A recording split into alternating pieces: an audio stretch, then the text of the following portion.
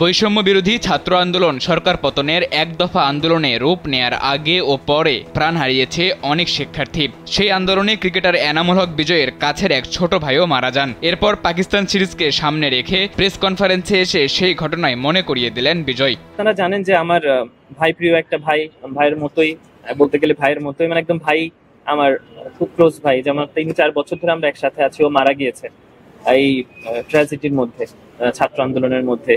তো তার কথা চিন্তা করলেও কিন্তু আমি প্রচন্ড ইমোশনাল হয়ে যাই। যেরকম ট্র্যাজেডি, এরকম কমেটিক ডে আমরা কেউই পার করতে চাই না। সকল শোককে শক্তিতে রূপান্তর করে ছাত্র জনতা এক হয়ে সরকার পতনের এক দফা দাবি আদায়ে সক্ষম হয়েছে। আর এরপরে শুরু হয়েছে সবকিছু নতুন করে ঢেলে সাজানো।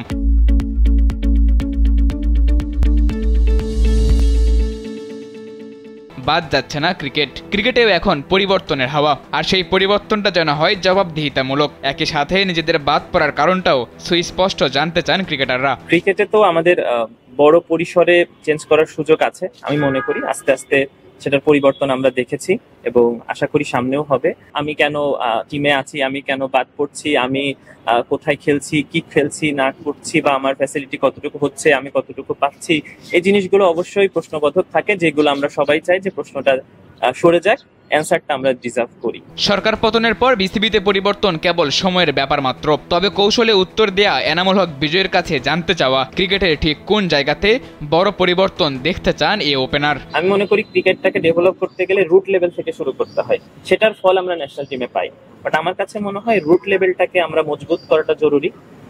যেখানে সিলেকশন হতে পারে, সেখানে উইকেট হতে পারে, সেখানে আর্থিক হতে পারে, সেখানে মোটিভেশন হতে পারে, সেখানে ট্রিটমেন্ট হতে পারে, ফ্যাসিলিটি হতে পারে। আমার কাছে মনে হয় রুট থেকে শুরু করাটা খুব জরুরি। যদি আমার কাছে বলেন, তাই মনে করবো রুট থেকে একটা দারুণ গোছালো ক্রিকেট হওয়া জরুরি।